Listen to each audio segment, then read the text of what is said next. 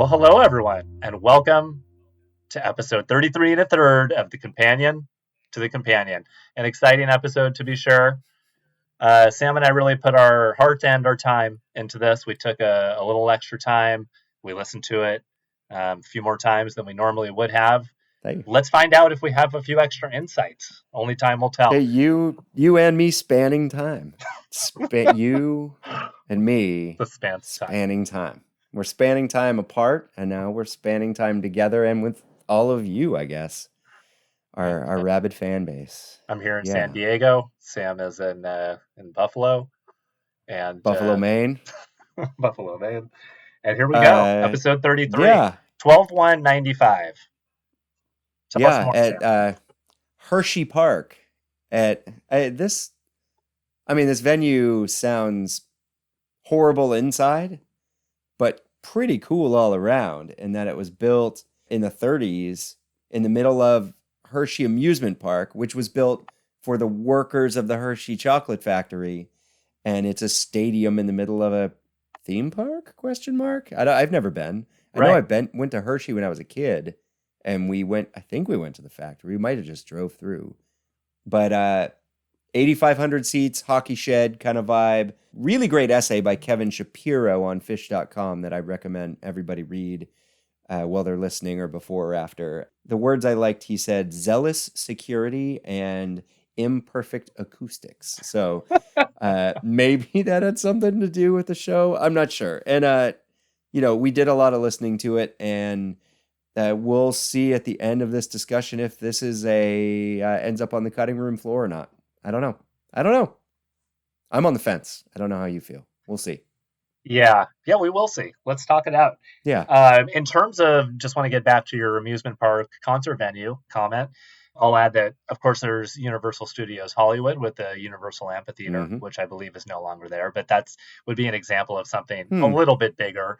But of course, Magic Mountain in Valencia, California, Yeah. famous for their amphitheater there, where I know that Jazz Odyssey, aka Spinal Tap, performed there Yeah. in the film, and if I'm not mistaken, they filmed the Kiss film Phantom of the something Just guess. Just there. go for it. Phantom Phantom of of the something.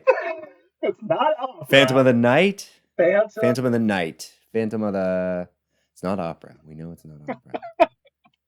Listeners, get back to us with this Kiss movie, Yeah. but I'm pretty certain about it. Anyhow, I kind of Yeah. but reading about the venue, I thought, oh, what a fun day this must have been for the people that went. Hopefully, they did some exploring and ate some chocolate. And Yeah, Darien Lake. I saw the '97 Darien Lake show, the Mary oh yeah, Prankster show, there you and go. I just remember rolling in, and it's right next to Right. the park, and we just went to the show and left. But I would think spending the day at the park and going to the show would be, or seeing the show and going to the park the next day would be really fun. Yeah, I love an amusement park. definitely. Yeah. So I don't know what people did at this show. I feel like maybe, I talked some shit recently in a show about the tease in the Drowned from New Year's '95 being one dude. Right. I feel like the ladies and gentlemen behind the companion to Volume 3 here, there's got to be someone or a couple of people who were at this show and they pull for it. Because I could see the greatness. I could see why it would make the list. I could see glancing at the set list and listening to some highlights. But broadly, overall, we'll dig into it. I think it falls slightly short of what should be the 100 greatest shows of this illustrious band's illustrious career. So Yes. we'll see. But I think the venue, the chocolate, the vibe, the fact that where just the show may have just worked into this magical night for the people that were in attendance. Okay, that's fair. Yeah, I do remember Maybe. when this was first released as an official release.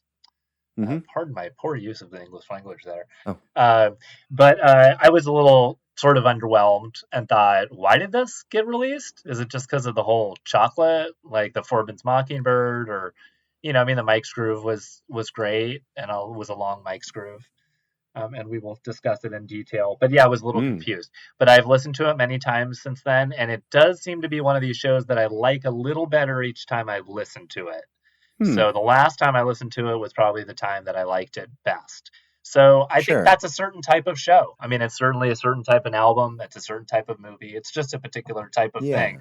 where it just like the more you listen to it, more you kind of see the nuance. So I definitely agree with you that there were some people at the show that were probably quite taken with it. Yeah. So well, let's start it off. It begins with Okay. a buried alive. Which we've discussed. Great opener. I Yeah, mean, can't go wrong. I mean, I really think I was really taken with this first set as a whole. It's not perfect, and I do have some critiques of it, but it was one of these experiences where I kind of felt like I had kind of been to the moon and back uh, by the end of the set. And I always think that's kind Hmm. of a cool thing. But yes, I thought the Buried Alive was perfectly played, super ripping, high energy, great Yeah. opener. Yeah. I thought to open a show, it's perfect. Yeah, And the band seems excited. yeah. Yeah, well, we'll get it. I think we're going to differ on this set. I'm really excited. Let's go. Okay. Down with Disease. The Down with Disease. Uh, Go ahead. Yeah. I felt like Trey's tone seemed different. And it really came out to me in this. I mean, maybe it's the way the show is recorded. Uh-huh. I don't, maybe the venue, but there's also video of this. Everybody Yes. can go watch on YouTube. When they Right. released it, they released a video. It's just like a steady cam that moves Yeah. around a little bit. Trey's wearing the vest and looking sharp. Everyone's, Yeah. it almost added a little like pomp to the show. They seem like a big band put Right. on a big show. But there's like a weird dissonance to his tone in this show, but especially right off the rip here. And he kind of like gets after it and isn't listening. I thought just the Down with Disease right off the rip was like Trey kind of jumped in his Trey show mode and the band wasn't listening. And then it's weird. He like hits this one note for a minute and stops playing as much in the jam at some point and settles down. And then it gets better. Yeah. It was that weird moment of like energy kind of surpassed locking and, hooking up with the rest of the band. And that happens quite a few times in this show. I agree. And this was the Yeah. first one that threw me off. And you said multiple listens. I also did that. But I remember listening this first set. I put it on at work, while we were closing and doing stuff.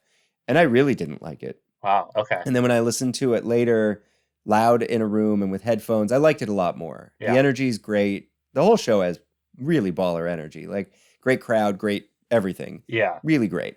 But I thought there was a lot of this, a lot of push and pull, a lot of not listening, a lot of Trey kind of running out there for a minute and going, oh shit, and Yeah. pulling it back for a minute. But at least there was a cognizance of doing that and then reeling it back in rather than Right. just staying out there. I So agree. there's a maturity. Trey's playing was so great throughout, though. Yes. You do forgive him a little bit, but I upon my last re-listen of this, I was thinking like, okay, is this the Down with Disease that I would play for someone just because it's so melodic? I mean, Trey really locks on to Yep. this euphoric melodic Yeah, once he settles down, R and agree. B. Yeah, like it just feels good. It's just like one of those kind of runs. But yeah, it's a hiccup in the beginning, and I Yeah. think in a way it kind of taints the Down with Disease. But there really is some incredibly nimble playing from Trey, just kind of the kind of shit that only he can do. Yeah. And I always love that where you're listening to it and you're like, yep, there's only one guy that can do this. There it is. Yeah, I agree. I was pleasantly surprised by a lot of moments. Yeah. And I was glad it settled back down. And that segues into theme for the bottom. That was a segue, right? Wasn't it? Or was kind of a I don't know. There was a lot of that in this show where it just Yeah. kind of ends and then starts well rather than like a pure. Yeah. You know me and arrows. Like Yeah, I it's guess got to that's be. true. There's one true segue in this show, but yeah, and the theme was good. It was boilerplate, is what I put. Pretty good. Yeah. I put I don't know. excellent theme. I thought it was very good. Again, Okay. it was like, yeah, I don't know. This is so mood based. You guys all know. You know how it is. Sure. It's a weird show that way, I think, Yeah. maybe. And I don't know if that taints whether it is or isn't on the list. Right. And then we get to Chalky. Um, Oh no, you missed oh, some things. oh You yeah, missed yeah. I'm sorry. Poor Well, Heart. yeah, go. Poor Heart, right? The and my whole theme about a great Poor Heart means a great show. I Yeah. didn't think this one was great. No. Okay. It was fine. Yeah. It was fine. The solos were kind of a little disjointed. Right. I don't know. Yeah. And Maybe it then the wasn't great. Wolfmans. Maybe it wasn't great. I'm a big lover of this Wolfman's.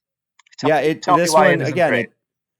It starts really off kilter, and the lyrics are they're flubbed a bit. It's a little strange, but I thought the back half was awesome. Yeah. I think this is the first one we've heard that hints at the Wolfmans to come. Right.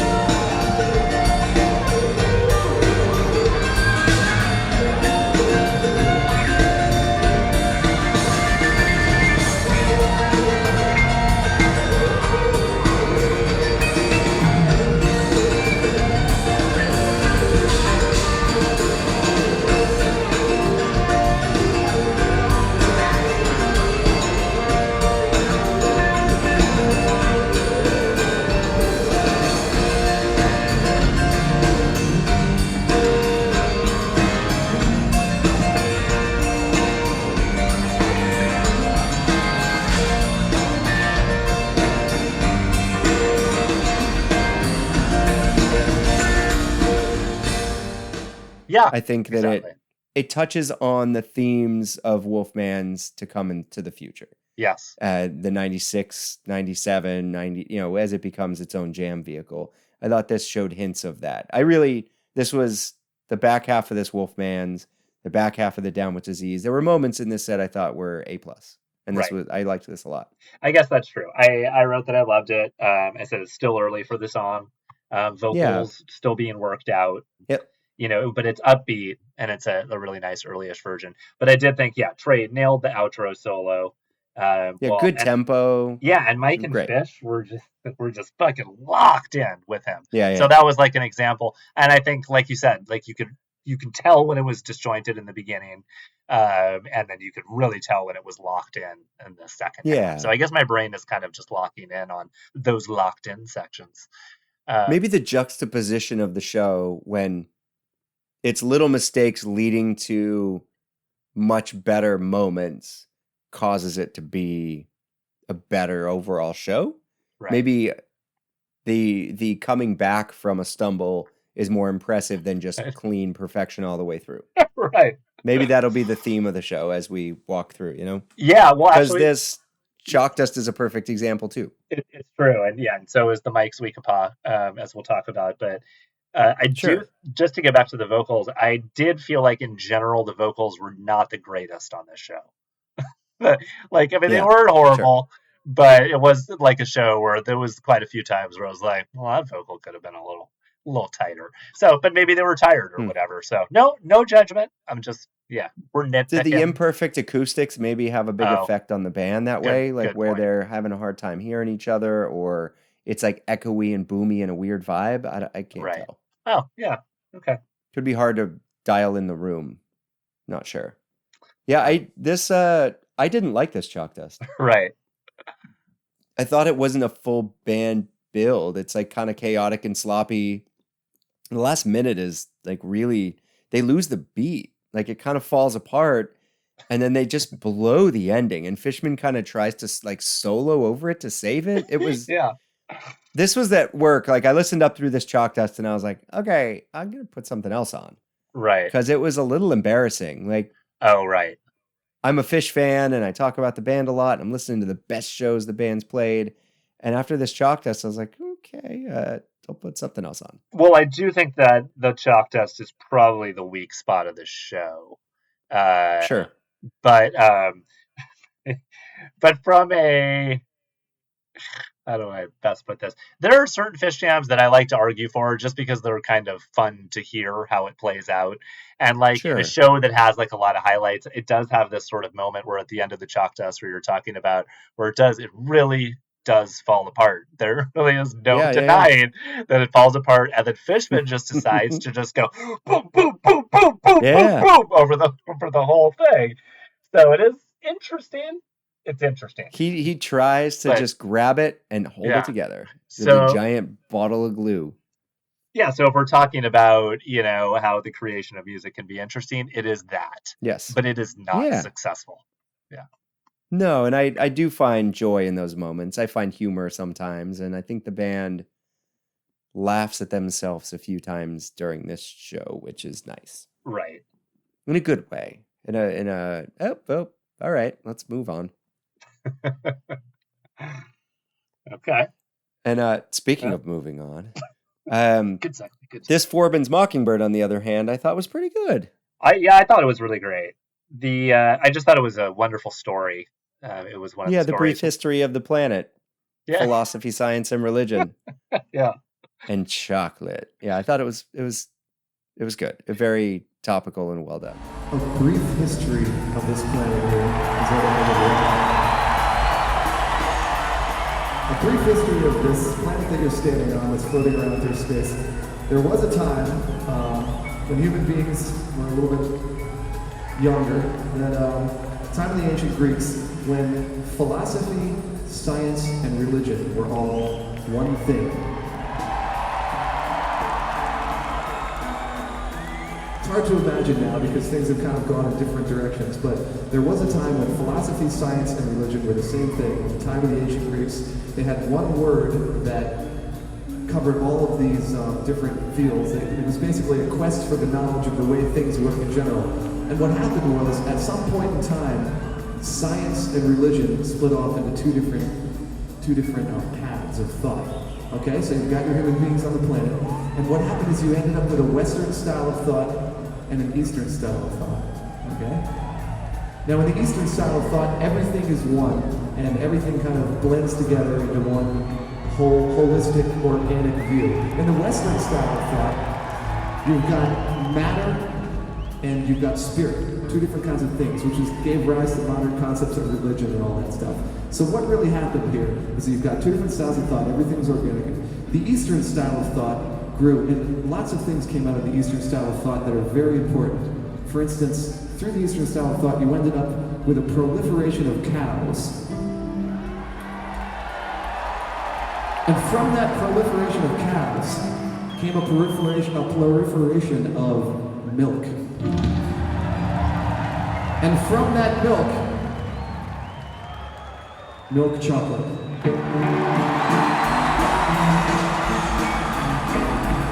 That's right, and that's how we came up with the mystical land of chocolate. What a great thing. Where would we be at without the mystical land of chocolate? Chocolate. And it also had directions to the rhombus, which I believe was Yep. kind of a big deal Sure. at the time. Where is the rhombus? And he kind of and Mike was really great. Sometimes in these, Mike seems a little more checked out than in other performances. And he definitely, I thought, was having a good time. I like to kind of focus on the little story he's telling with his bass line Yeah. during these, and I thought he was great. Yeah. So yeah, loved both of them. Yeah, there's some flubbiness in the Mockingbird, but Mike, again, I thought his bass solo at the end was just Yeah. fantastic. I thought it helped tie it all together. Yeah, I'm hard pressed to. I mean, there aren't very many Mockingbirds where there isn't some flubbiness. Yeah, it's a tough song every time. Yeah. There's one, I think a 93 one when we were doing this that was such perfection. I was Yeah, I listened to it a few times. Like, this is as good as this can get. right, Yeah, that's a tough one. That's like 91, 2, 3, where it was perfect. And then, right. yeah, if you don't practice that all the time, my God. And this show is very much. I mean, considering all we've talked about, and this is the first set, they're really experimenting in this show. They're not holding back. Like Yeah, I agree. this is not a tight show where they're kind of like going through the motions. They're like, let's have a little fun and see if we can impress each other with what we're playing. I really felt like one of the reasons, I had this thought about this part in the set, and one of the reasons why Trey keeps getting off with the band, or the band keeps getting off a little bit, is that it's kind of Trey's fault, very much like it is in the Down with Disease, because he's like an athlete. Like he's like an athlete guitarist at this point in his career. And it's like he's competing with like another invisible guitarist on stage with him, I feel like. Like it's not controlled like Robert Fripp, who's like precise and he's like a scientist and everything is worked out. Trey at this point is like, he's like standing like ready to pounce like a crazy jungle cat over everything. And I think with his personality just being like ADHD and just kind of wild, and he had so many ideas at this point, that this was one of these where, it's like at the rodeo where they kind of just like released the gate and he just took off. And I think it took him, I don't think he ever really, I don't know. I think he had a wonderful show and I think he played incredible stuff. But I do feel like he's like competing or something. I don't know how better to put it into words. Sure.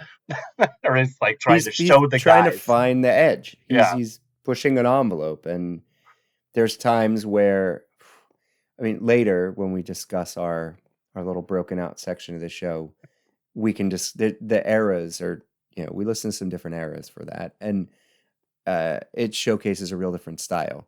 Mm-hmm. In this specific 95, fall 95, I mean, we're coming up on what some, in the book, it says possibly the best week of Phish. Sure. This was a really great stretch for the band. And I think a lot of that had to do with Trey was really peaking at this time. With his, he had to step back a little for the band to gel better. And I think he chooses not to a bit in this show, for better and for worse. Right. Yeah. Well, and I think that there's a few highlights in the show for me, and this stash is one of them. And the stash is a moment where he doesn't hold back at all. Right. And it's very dark and lots of distortion and dirty stash. Yeah. And the band, it's more like everybody keeps up. Yeah. Rather than he pulls back at all. Mm-hmm. So I thought it was it's fast. It really, we keep saying this with these 95 shows, but just dream setlist stuff. Like this first set is like you write it, like you couldn't write a better first set kind of thing. And he just really manages the stash out front, but the band keeps up. I think if you're going to pick moments of the show to listen to, this is one. Right. It was great. I really liked it. Not too long, but just so much happens. They are plunging like metal dark depths, and it's not a pretty stash. It never goes major. It never does, it's not that move. It's just right to aggressive.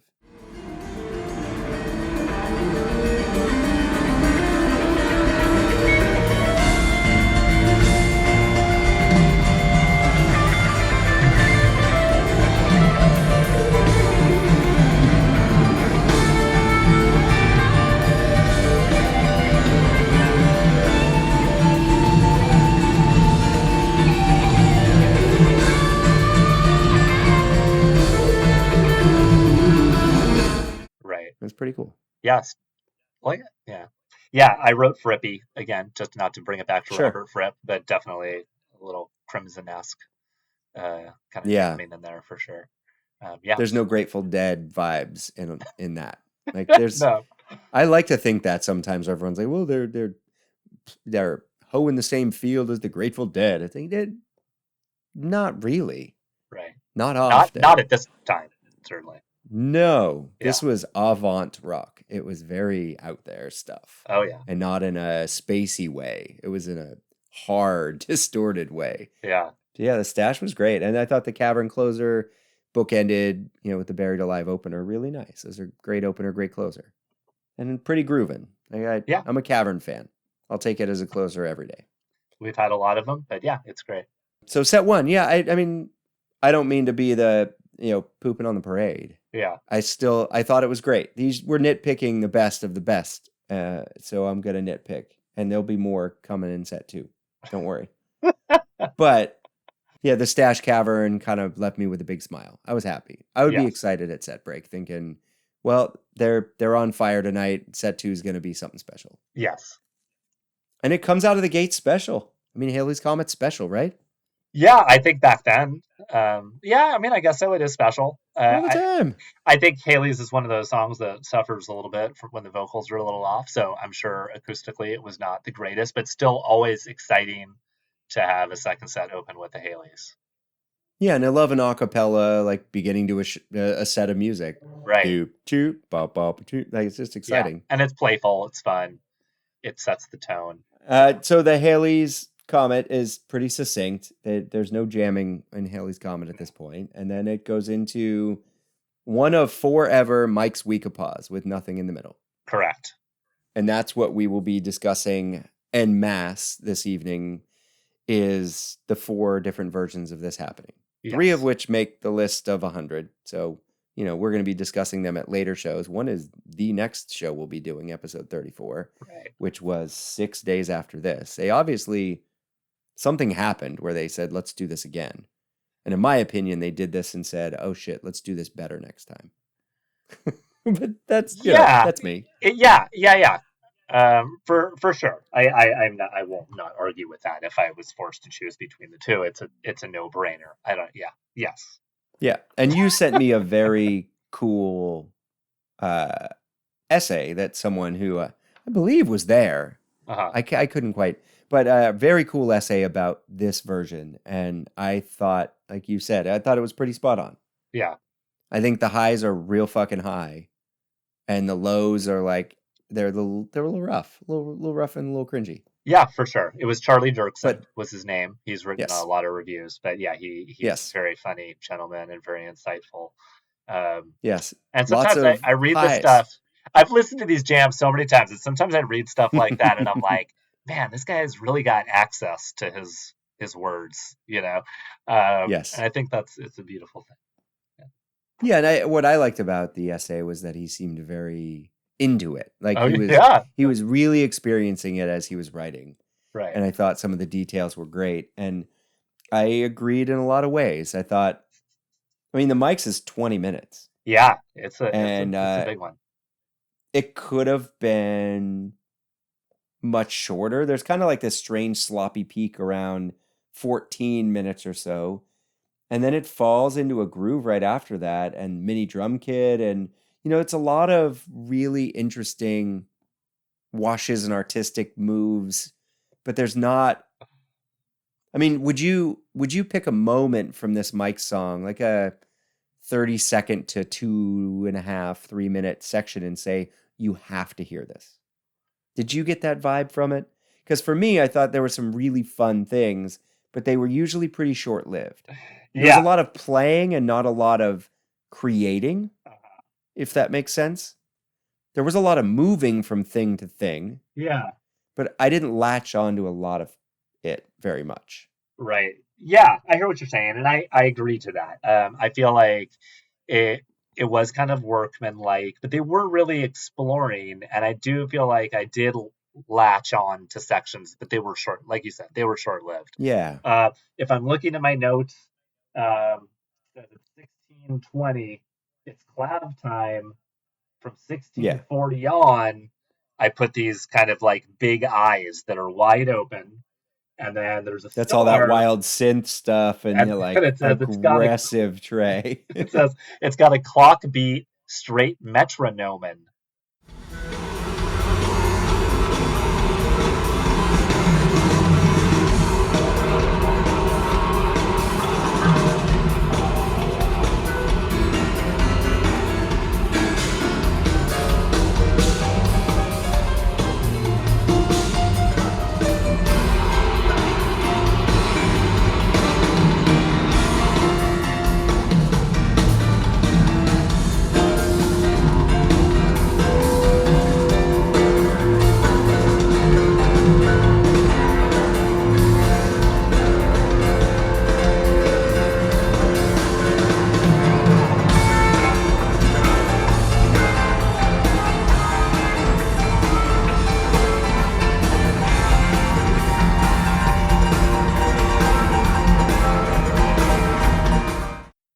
And then the segue to Weekapaw is euphoric and impressively subtle. So I'm imagining that the end section was probably my favorite.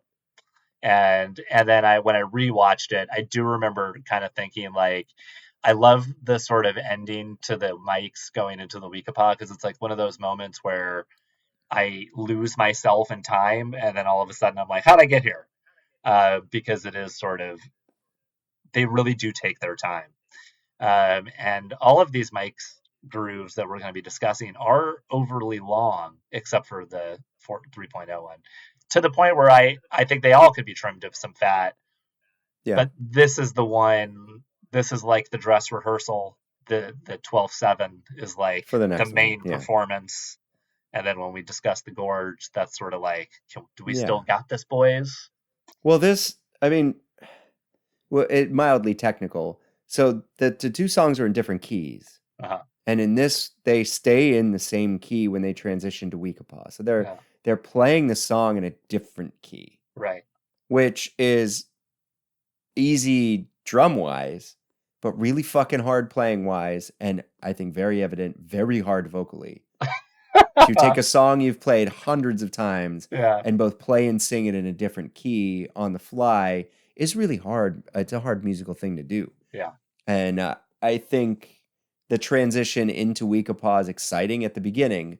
Like, oh, what's happening? Like, what just fuck? They're playing this now, Right. and it seems like the band's kind of excited, and Trey solos a little bit, and then they're not sure. There's some real tentative moments, Yeah. and then they kind of go into the vocals that are it's a little weird, it's a little off, but then I think soloing over this in a different key, a few minutes in, there's like a 3 or 4 minute section that is the best of the entire coda, I think. Right.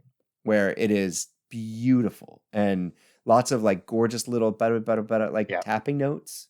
And Trey's kind of pulls out of his distorted mode, and the band really syncs up and listens. And it's gorgeous. It's gorgeous. Like, that was my favorite part of the whole 30 minutes.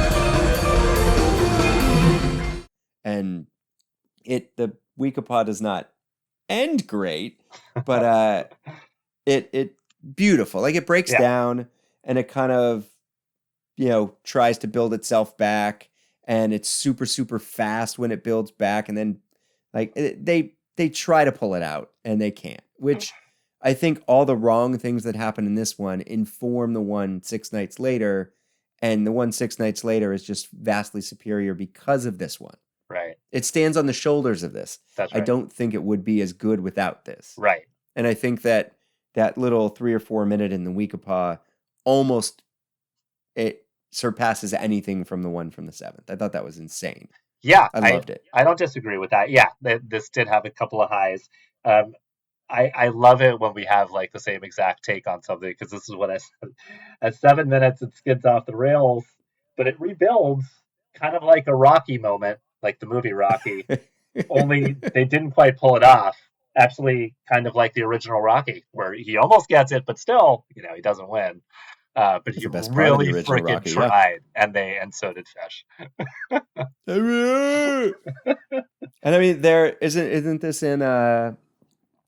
in Pennsylvania? So I mean, we're close. We're close to Rocky territory. I actually didn't even think of that. I love it. Yeah, that makes total sense. It's just the vibes. The vibes ooze Rocky there. Yeah. There were some parts of the mics though, just to get back to it, like where Paige is doing like some baby grand, like New Orleans R&B for a little while that I really liked, and then I like that deal where the whole band kind of like works together to make it feel like you're in the middle of a musical flood. There was like a little bit of that. Like you mentioned, there was kind of like an island feel, a lot of washes of rhythm. So yeah, there was a lot happening. It was really experimental and but cool. not perfect brave. gelling. But one of the things about December '95 is kind of like that Mike's groove on the 7th that we'll discuss, and like the mics on New Year's '95, where you're just like, this is so fucking perfect. It's so perfect that it had to be worked out before. But then you like listen to this one and then see the next one, and you're like, oh my God, it wasn't worked out. It's just kind of like the way an artist just kind of like let something marinate in their brain, and then it just came out that way when they performed. And you can feel it in the segue in this. It was accidental. Right. And then the minute you could feel it happening, everyone was like, oh shit, okay. And it was a nice moment there. But then everybody went, oh God, we're in the wrong key. What do we do? Right. And it felt like it was a moment on stage where musically, I mean, maybe they physically weren't. Musically, everyone was looking at everyone else going, all right, what the fuck's going to happen here? Right. Which is why the one on the 7th very clearly shifts keys into the Weekapaw key. It shifts up and is clear and concise in how it does that. Right. So you can tell as a band, they talked about this afterwards. And they're like, hey, if we do this again, we need to fucking do this part right, because we did not do this right the last time. And then they do it right the next time. So yeah, they do. Yeah, I'm gonna save all my notes till the next time. Yeah, about that groove. Yeah, there's 4. So Mike's Hydrogen Weekapaw was the lay of the land up till like 93, 94. Right. And then they started sticking things in between Mike's song and Weekapaw as a suite. But only technically 4 times in the history of this band, which is a long career, have they played Mike's directly into Weekapaw without a stop. Right. And so I figured this was something fun to expand upon and discuss these very few moments. I mean, we're not going to, because my egregious drowned from New Year's 99 being a drown jam and taking the After Midnight out. I won't do that. But technically New Year's 95, if there wasn't a set break, would be the single best Mike's Weekapaw that has ever existed. Correct. Because there's no hydrogen that is in between there. Right. And that Mike's song and that Weekapaw are as good as those songs could ever be. Right. And all that existed in between was a long set break that I was biting my fingernails the whole time. And then a beautiful New Year's countdown, Auld Lang Syne Weekapaw. Right. So it doesn't make this list of 4, but it's almost like a nod, tip of the hat to the 5th time this happened. Yeah. And 3 of the 4 are on this list. So as we won't go into detail because it's the next show.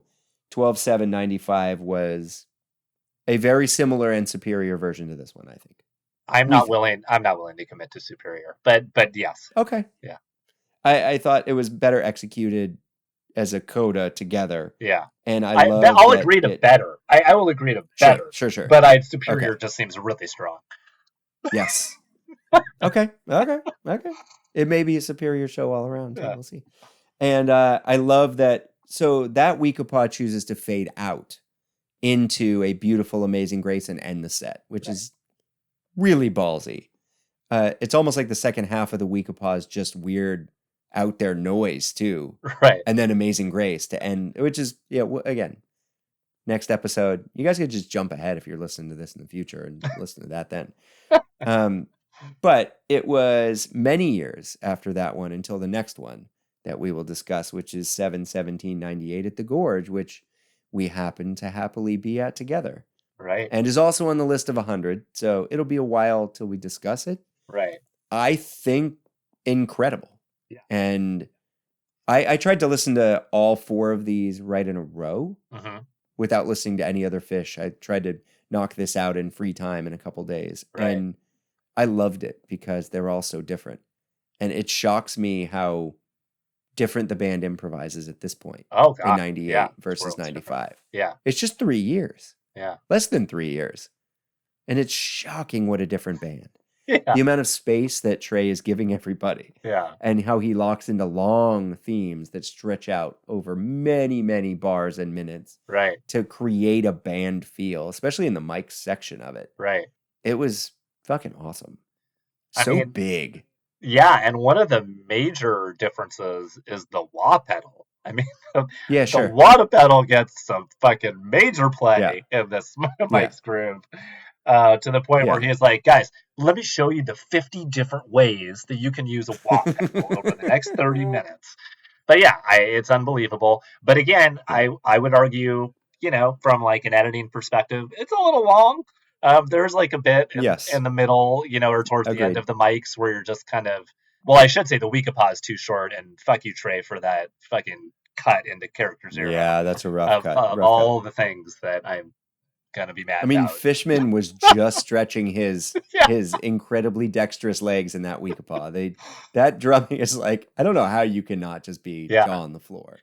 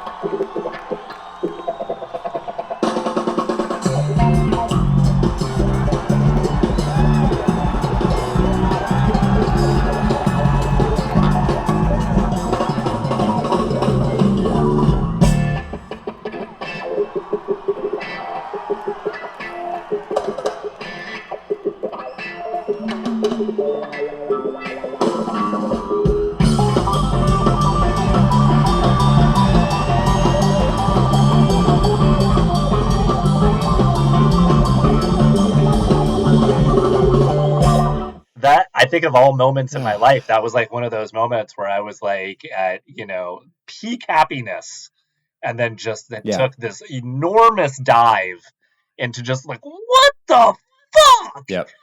Just feeling and Fishman robbed. starts playing the beat right when Trey starts character zero and stops right away. Like he seemed a little. You should. The character zero is also very good. It's very good. And I mean, in the mics, that first groove at the beginning of the jam I get bored at a certain point. Too. Right. Like it's a little too repetitive. Yeah. But it's what they were doing then, a different style. And then the fourth one, which we never discuss. I don't know, fucking 3.0. Is it 4? No, 3.0 on this show.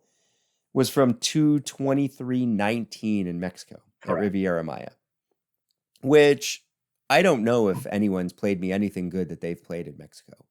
Wait, I mean, what was we that? discussed this. Go again? That I've heard nothing good from one show they've played at Riviera Maya. Oh, right. And people have talked about the shows being okay and like, oh, you got to listen to this thing, and the band seems happy. Yeah. But this show is not on the list of 100 only because, well, not only because, but this book had not. The show happened after the book came out. Yeah. So it didn't have a chance, nor would it be based on my listening. No. The average, Mike's Groove length of these other ones is 30 half an minutes. hour. Yeah. At a minimum. This one combined is 15. So it's half as long. And look, And we're not length queens. You know that about us. Yeah. So there's less fat. Let's say there's less to trim away. And you could think maybe it's a super tight, concise version. The mics, it was a little boring and left a little to be desired. But at the top of the Weekapod Jam, there was some good stuff. Yeah. I thought it was fun.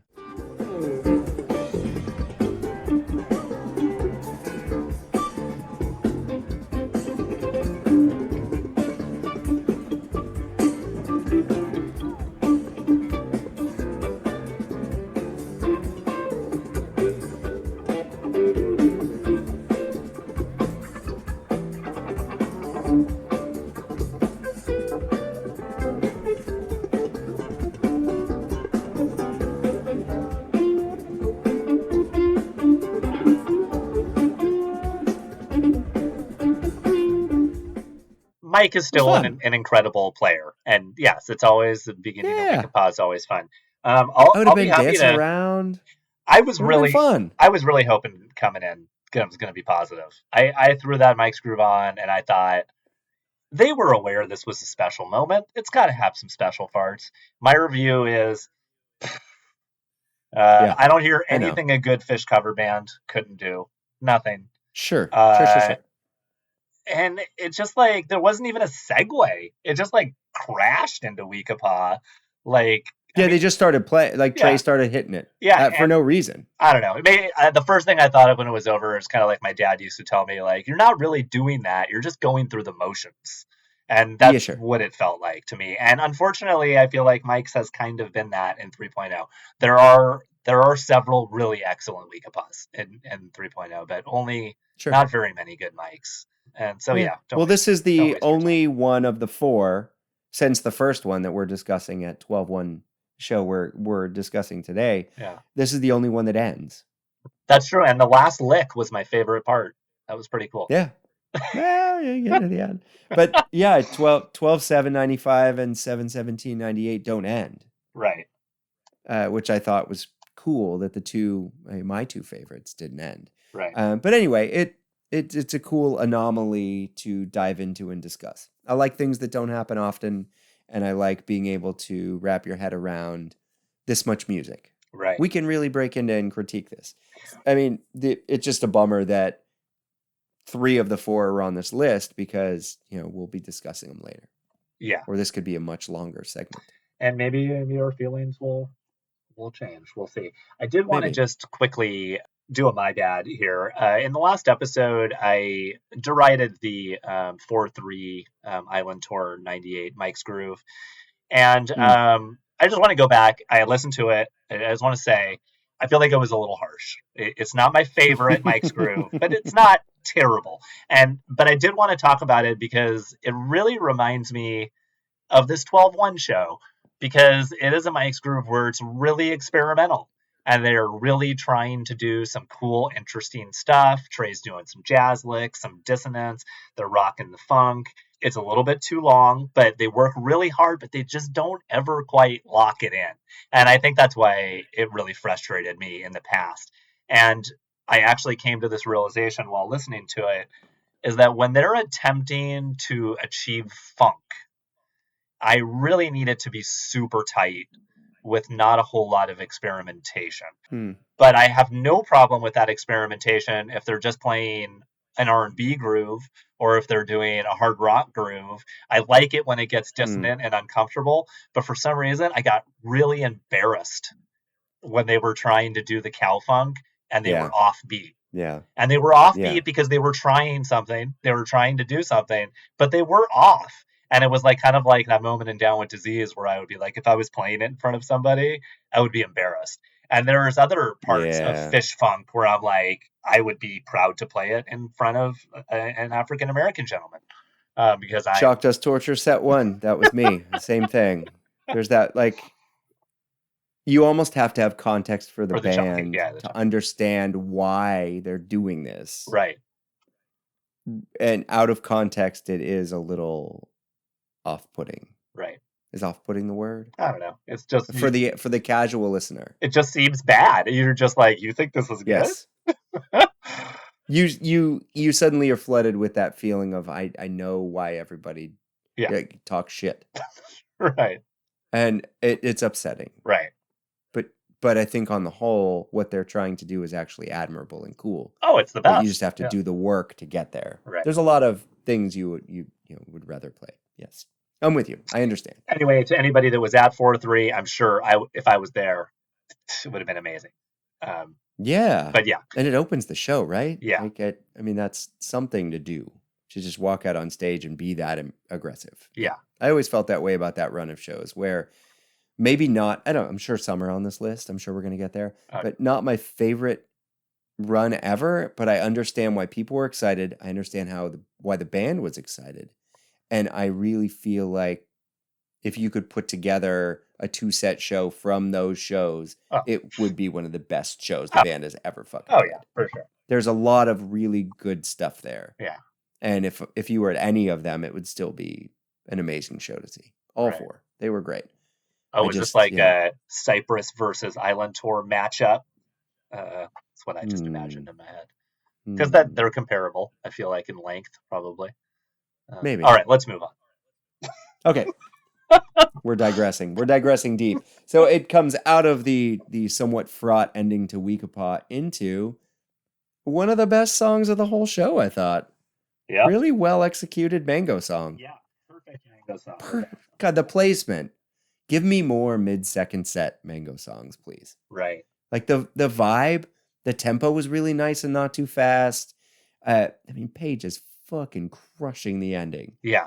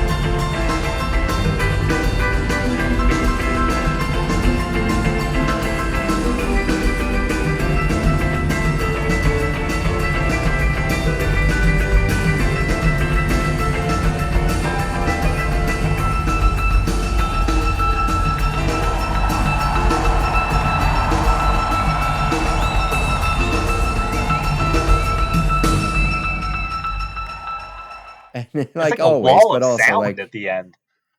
Oh, it was so great and such a divergence from the chaos of the Mike's Weekapaw. Such a like structurally well put together and difficult song to play and played so precisely and really just I don't know. I think the rest of this set was fabulous. Yeah. Like I think the Mike's Weekapaw is not the highlight.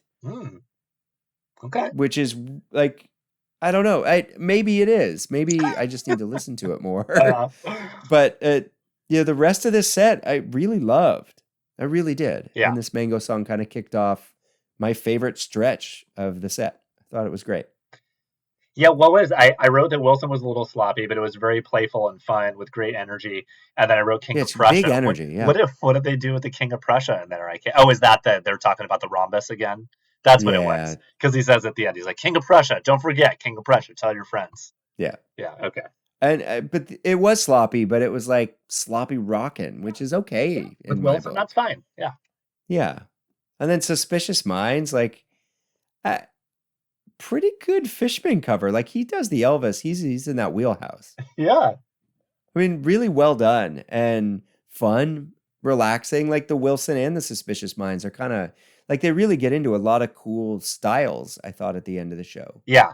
The whole show's been pretty rock and roll, but this is, divergent and cool. And they also plant the Bowie seed at the beginning of Suspicious Minds, just for any hardcore listeners out there. You would have assumed Bowie was coming, and is it? We shall see. Yep. And then it does. But yeah, Fishman was cracking me up with his Elvis impersonation. Give it up for the band, like that. I love that. Very, very funny. But yeah, he's good at it. For him. Yeah, he's a quiet little showman in his way. I think it's really good. And the Bowie was great. Yeah, I really liked it. The catapult was like kind of unnecessary, but I did love Mike's playing during it. It was like just the little figure that Mike was playing was really endearing. I like where they put it in the song too. Sure. It just kind of sneaks in and doesn't take away from anything. Yeah. They're not trying to shoehorn it in. It just worked where it was. Right. And this is weird. Like to put arrows and call it Bowie Catapult Bowie. I mean, like this is a whole separate section. I don't know that Catapult is a song. It's a poem. Yeah, but I don't know that it can be spoken over anything. Right. It doesn't need to be like, how do we... Well, it's like Kong, right? We just want to notate that it happened.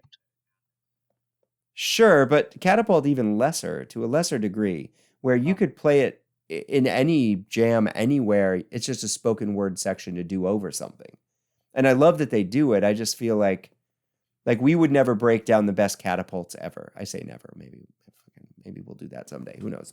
This is going to be we're on a long journey here at episode 33. We got years here, but 2 comes to mind immediately. Yes, but I wonder. Yeah, I thought it was fine. I just denoting it as a separate song seems like a stretch to me. Right. It's almost a tease. And we just did Manteca, which is much more of a song. Yeah. Yeah, the only and thing is it's got lyrics, but if we're getting into the weeds here, it does have a little bit of a melody. I don't know if you would call it a melody, but it's like a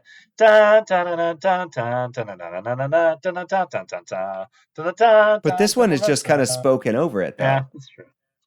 The music doesn't change behind it from the Bowie intro theme that is already happening.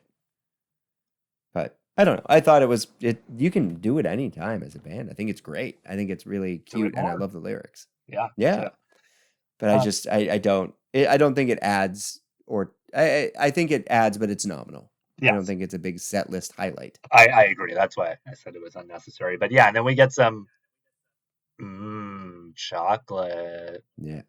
Classic. Comments. Ty in the venue always makes the locals feel special.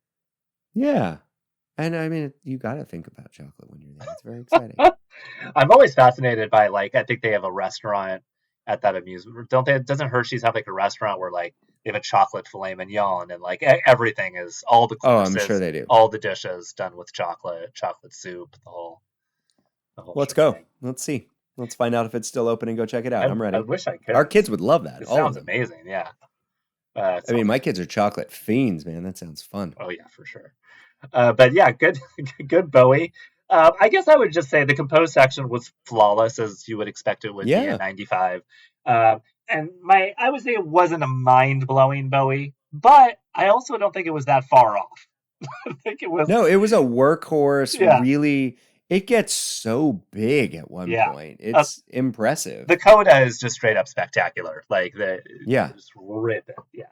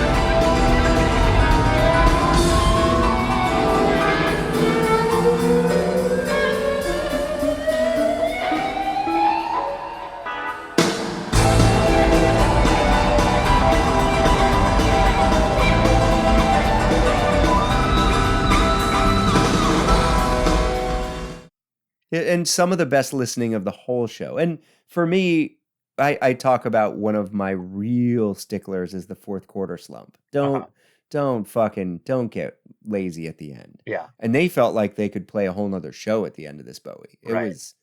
They sounded great. Yeah. I was like, all right, you guys are warm now. Let's start the show. I was ready. And I was really great. And it's the same like the encore with Susie, like a little bit of extra mustard. The end was fabulous. Really great show. Totally. At the end. I mean, maybe this one's right on the edge on the list for me. I think we booted some other shows that are worse than this. Yeah. That had some really like singular highlights, but yeah, I think talking through actually made me feel a little softer on this one. I'm okay. Just a little Easter egg in the coda of the Bowie. They're like super locked in, and they're like crazy building it, and then it gets to this point where there's a stop, where the whole band stops, and then it's an eighth of a second after the whole band stopped, Page just stomps on it hard, just boom, like last minute. And I listened to it 3 times and I laughed out loud all 3 times. I have no idea whether it was intentional, if it was an accident. I don't know. But it's pretty fucking funny. That shit always there was some humorous moments in this. Some very strange humorous moments. Which I don't know. How do you feel about this being on the 100? Are you committed? I'm not committed necessarily. I do feel like we got to get to the end because I haven't been like studying the list necessarily. Yeah. I'm just trying to like kind of keep it fresh and go from show to show. But yeah, I mean, I think I liked it more than you. So I feel like if you're leaning towards putting it on, and then I think in general, December 95 should be well represented. I like the idea of the bookends. Because what do we have? 12/7, and then what do we have after that? 12/14, and then 12/31. Yeah, I don't. Let me. I got it right in front of me. There's so many from this run. We've got 12/7. We've got 12/9. Oh, right. The Yem is on there. Sure. And then we've got 12/14, and then we've got 12/29 and 12/31. I mean, it's impressive here. This may get kicked off. It might get kicked off. Think about every one of those other shows. Yeah, that 12/9 also has that awesome Wilson with the Beavis and Butthead keychain that I love, where it just goes. There's a bunch of really, really good stuff on this. Yeah. On this run, and I think 12/7 and 12/14, and 12/9. I mean, the Yem alone at 12/9. Everyone will talk about that as So. This next run of shows we're going to be discussing and listening to are barn burners, one after the other. Yeah.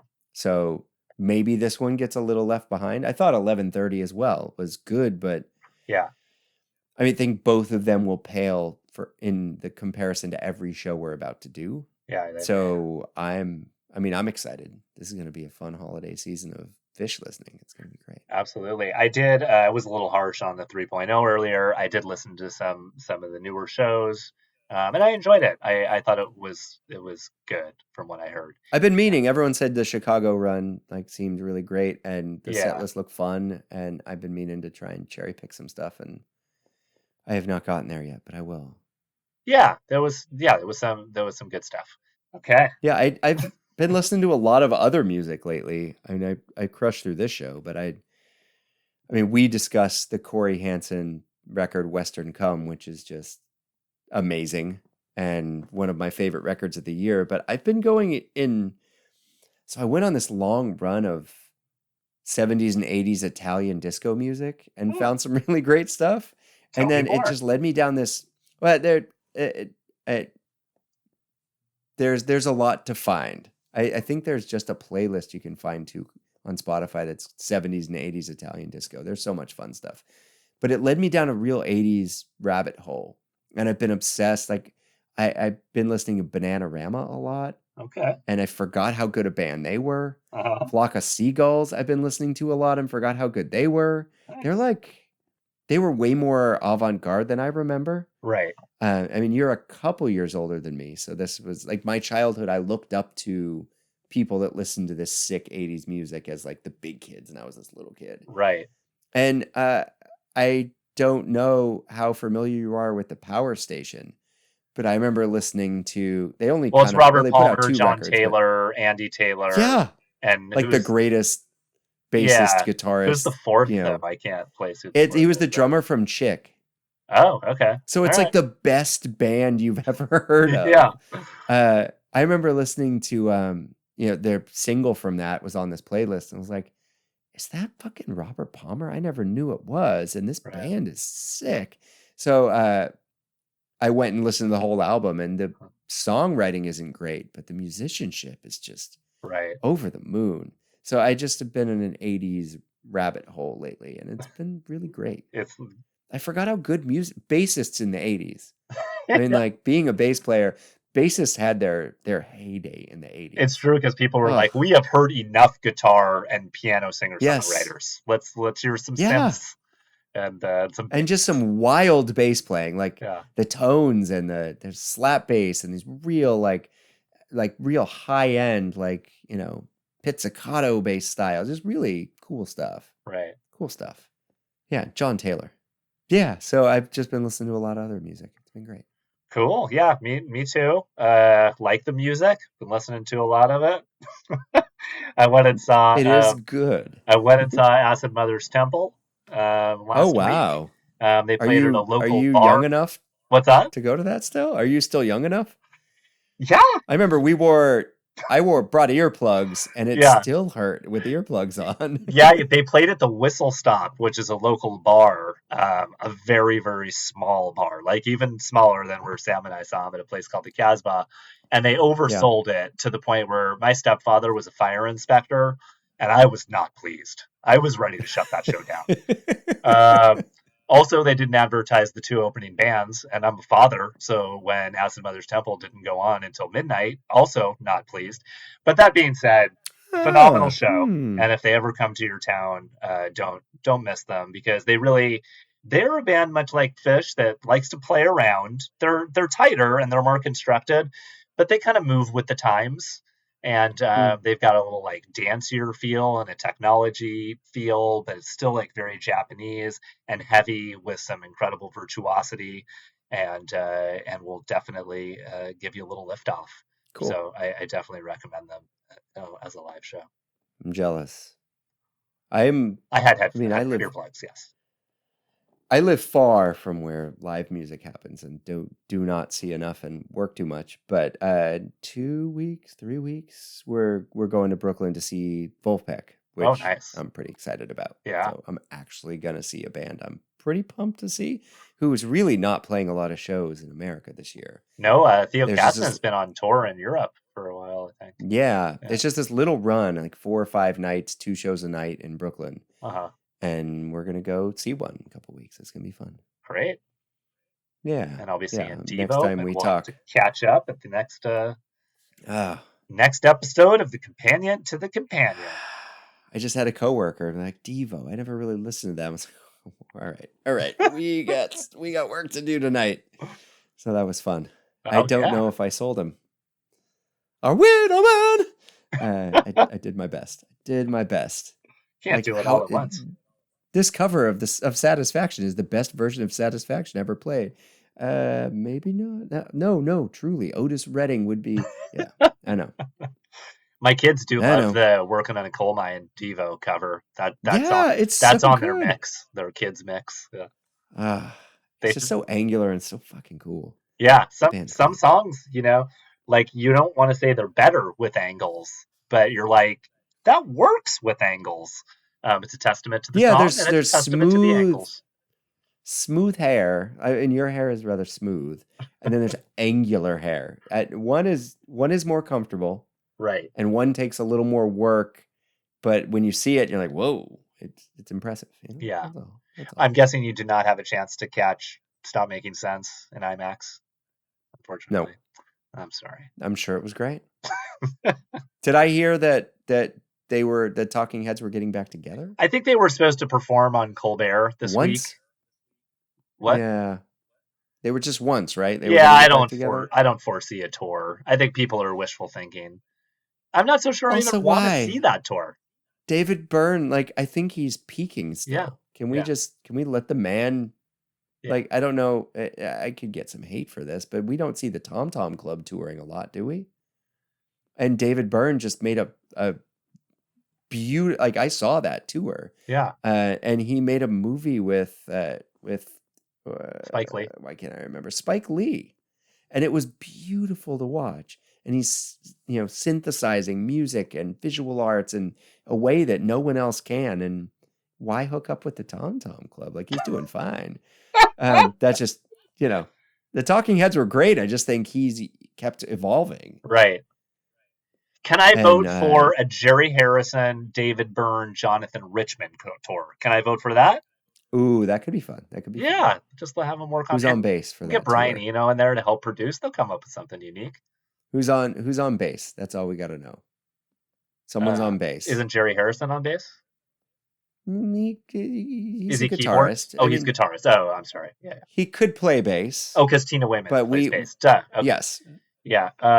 Will you tell me, Sam? Someone to play bass. You're the bass. Is Jerry Harrison and Tina Weymouth still a thing? Are they? No. Chris Frantz and Tina Weymouth are married. Oh, that's what it was. Yeah. Okay. Drummer, bass, married. Good match. Yep.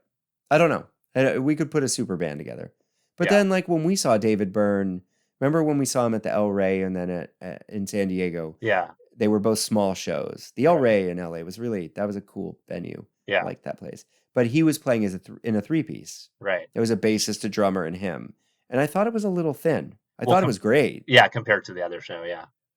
Yeah, I like him fleshed out a little more. He's a good guitarist. I just think where he is in life now, he's a performer and a band leader more than a guitarist.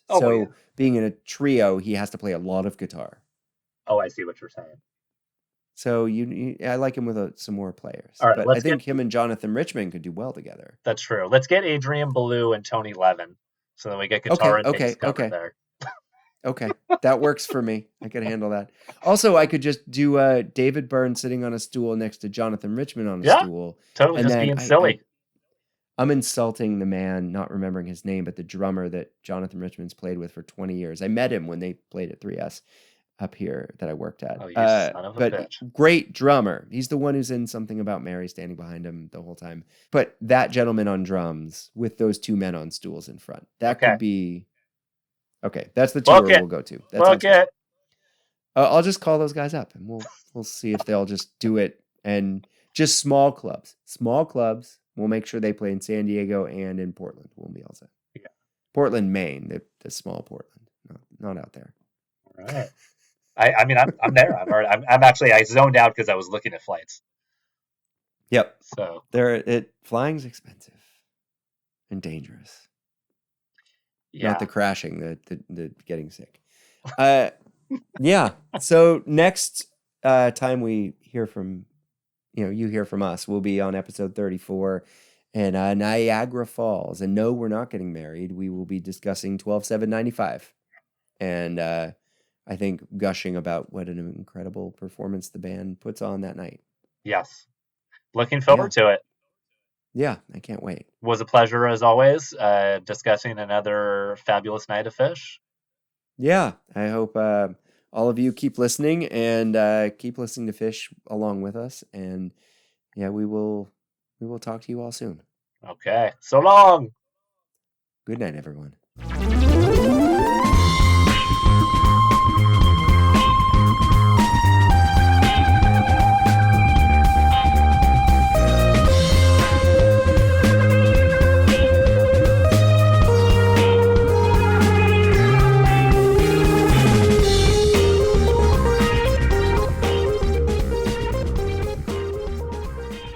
Hello there, friends, and thank you for listening. If you have any questions, comments, concerns, or would like to reach out to Ian and I about anything at all, you can find us at companiontothecompanion@gmail.com. I always say good night, but maybe people are listening in the morning. Me too. I'm a daytime guy. Good morrow. Good day. Good day to you, sir.